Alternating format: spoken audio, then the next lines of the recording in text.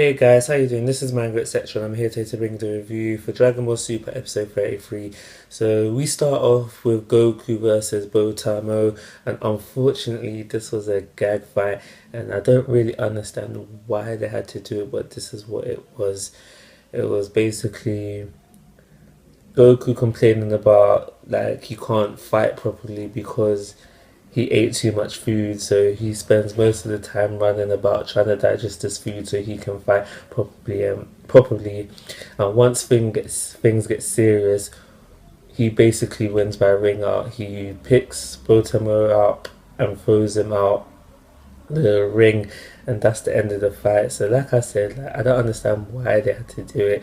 We could have had a good fight there, because he could, it seemed like, because at the beginning of the fight it seemed like he was going to have an interesting fighting style of the whole thing, with him bouncing off the walls, like, because the whole stadium thing isn't within a barrier, so he could bounce all over the place, bouncing off the barriers.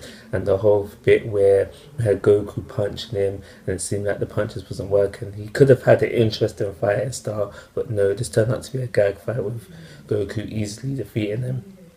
So once Goku was defeated, we move straight on to the next fight, and that is Goku versus Frost. Just to remind you, winner stays on, so it goes on to Goku versus Frost.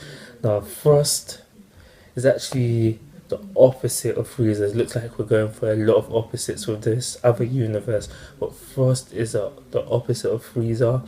On his planet, he is known as a hero and just trying to help his planet, trying to just rid it of war, because right now his planet is war ridden and he's just trying to end that. And the reason why he's part of Champa's team is because Vados promised Frost that if he wins this tournament, then Champa would have to help him out on his planet. So that's why he's actually participating, because he's just a hero at the end of the day, but that's why he's participating. But in the fight itself, Frost versus Goku, things start off with Frost in his first form as we know it, and he attacks Goku, and Goku's like you're holding back your final form, like you might as well just bring that out now. Then he goes into his assault form, and they fight with that like that for a little bit, and Goku then goes on to say, like, I know you're still holding back, I know you've got more, just bring it on. And Frost is like, so like, how do you know this? Like, how do you know that I'm holding back? And Goku's like, because I'm also doing the same. So Frost goes into his final form, and Goku goes Super Saiyan. Now, I was quite surprised to see Super Saiyan. I thought like we would be done with that. Not to say that I didn't want to see it again, but I thought we were going to be done with Super Saiyan 1, 2, and 3. I thought it would be just straight into Super Saiyan God, Super Saiyan God, Super Saiyan. But no, that's not the case. We had Goku fight Super Saiyan and Frost in his final form, and now they're fighting. Goku clearly has the upper hand, he's clearly the stronger of the two. And then it gets to a point where Frost is on his knees, I think, but he's just close to defeat, however which way you want to spin it. And Goku is like, do you know what? I want you to give up, Frost. I want you to give up because I don't want to hurt you, so could you do that for me? But Frost, remembering why he's participating, why he's doing this, he doesn't want to give up, so he goes in for an attack. Now this attack is not a normal punch. Goku blocks it with his hand, but it makes him dizzy. And soon after that, Frost was able to hit Goku out of this ring, getting the ring out.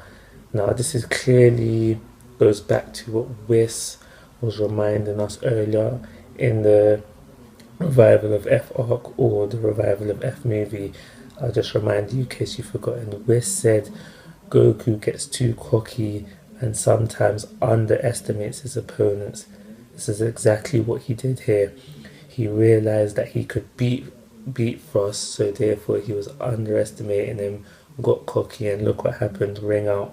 So when Goku goes Super Saiyan, Champa was in some big shock. He's like, whoa, Saiyans can transform, and then he turns over to the Saiyan from his universe, and he was basically saying these things he basically asked the Saiyan from his universe, like, can you transform as well? And he was like, no. So that was a bit of a boo for me. Like what's the point of bringing this other Saiyan from this other universe?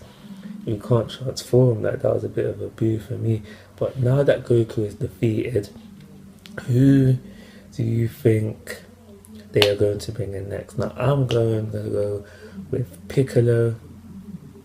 I don't know if this is true or not, but from this episode, it just made me seem that Frost is no stronger than Frieza, and I think Piccolo will be able to take him because Piccolo was able to tussle with Imperfect Cell and think Semi-Perfect Cell. I'm not 100% sure, don't quote me on that, I'm sorry if I'm wrong, but the fact that he could tussle with